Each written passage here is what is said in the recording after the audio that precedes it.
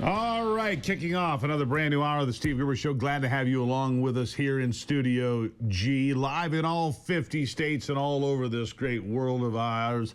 It's something we have to do. We have to defend America, fight for it, tell you the truth every single day, so that's what I do. Here are three big things you need to know this hour. Number one, lawmakers calling for new rules to make it a crime to block highways during protests in America. How do you feel about that? No longer allowing them to block highways. Number two, a grand jury has returned an indictment against a sitting member of Congress for assaulting federal officers during an incident at an ICE detention facility in Maryland. LaMonica McIver facing 17 years in prison. Of course, that won't happen, but at least they're doing the right thing. And number three, I want to continue to bring you the many voices from the riots in L.A. and the voices that are on both sides. Listen, as I've said, this No Kings protest is going to devolve into violence in some major cities in America. I hope that Atlanta is prepared, that Philadelphia is prepared, that Chicago is prepared. And smaller places, Omaha, Nebraska, Billings, Montana. I hope you're ready, because the lawlessness has been given a green light by the Democrats. Gavin Newsom and Karen Bass have given a green light. If Karen Bass had been on top of her game and said, no looting, we're not going to tolerate any of this lawlessness or looting from day one, we wouldn't be here. But they failed. They failed. They failed their city, and so when Donald Trump sends in the National Guard, they scream and kick and complain. It's Donald Trump's fault there's violence in the streets. No, it's not. It's your state, it's your city, and you failed. How about this? Riverside, California Sheriff Chad Bianco calls out the lying Democrats and the lying media for lying about the riots. Listen.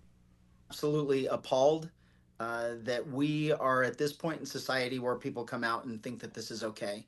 And then it makes it 100 times worse when you have politicians that are encouraging it, that are not calling it what it is, which is criminal activity. The lying to all of us, lying to the media, and purposely using the word peaceful, while maybe they should look at their phones or their TVs, because I have law enforcement officers that are being shot at, that are being injured, that are being hurt, vehicles being damaged, things being burned, and they're calling it peaceful. It is a disgusting display of partisan politics. I wish they would all just put their phones down, be quiet, and let law enforcement handle this how it should be handled, which is the complete enforcement of law and holding criminals accountable. Yeah. Police officers being injured, targeted. Now, there was one of the charges, there were hundreds arrested in Los Angeles yesterday and overnight. Hundreds. One was charged with attempted murder that I'm aware of for throwing a Molotov cocktail at an officer. Attempted murder, which is what it is. Now, you see all of the attacks on police, and you see all of these dangerous, violent individuals trying to attack police for doing their job. But there are supporters standing in defense of President Trump. I like this guy a lot.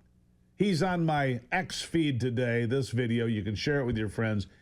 Here's a guy standing there with the American flag saying, I defend this country in the face of all of this nonsense. Here he is.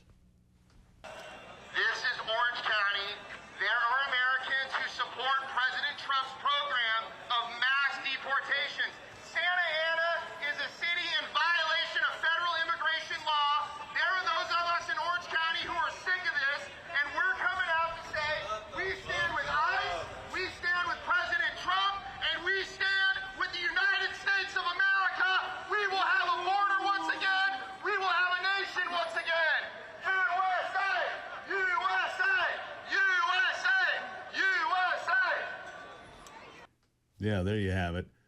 He's shouting him down. He's got a bullhorn all of his own. You see, you can buy those, and you don't have to be shouted down by idiots. Right. There you have it. I love that. So here's another question that's come up, and I think we have a pretty good idea. I think you could find some NGOs, USAID, George Soros, all sorts of people writing checks. Who is footing the bill for the rioters in Los Angeles today and elsewhere across this country?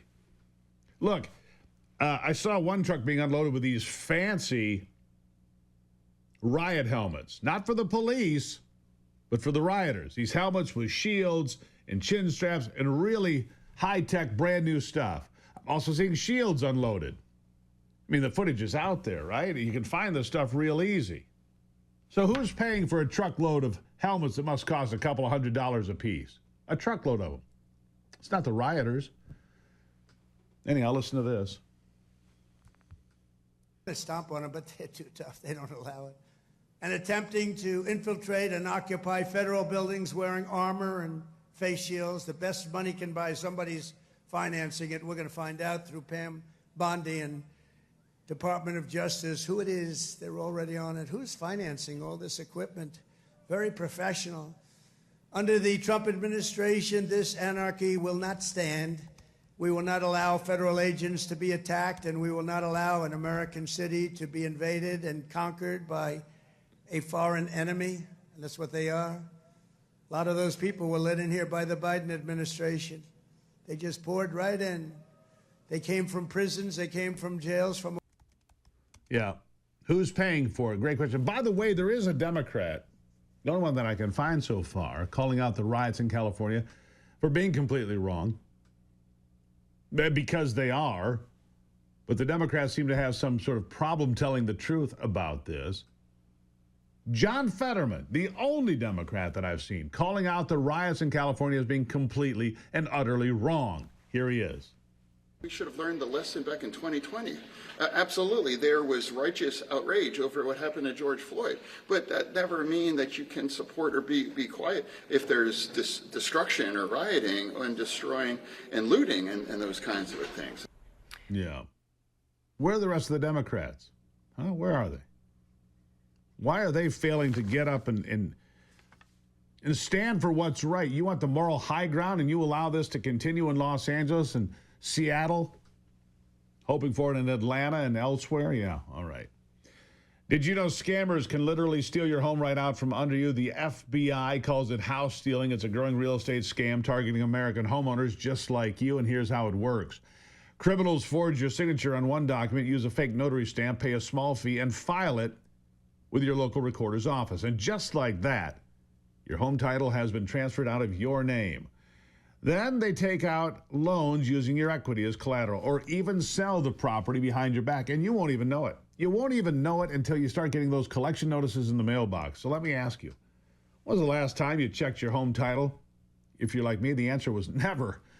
And that's exactly what they're counting on. That's why I trust Home Title Lock. Their $1 million triple lock protection helps keep your home and equity safe. And here's what you get: immediate 24/7 monitoring of your property, urgent alerts if there are any changes, and if fraud should occur, their U.S.-based restoration team will spend up to $1 million to fix the fraud, restore your title, no extra cost. Here's the best part. I've teamed up with Home Title Lock to give you a free title history report so you can find out right now if you've ever been a victim. Access to your personal title expert is a $250 value. You get it for free just for signing up. Go to HometitleLock.com, promo code Gruber. HometitleLock.com, promo code Gruber. You'll get it for free today. HometitleLock.com, promo code Gruber.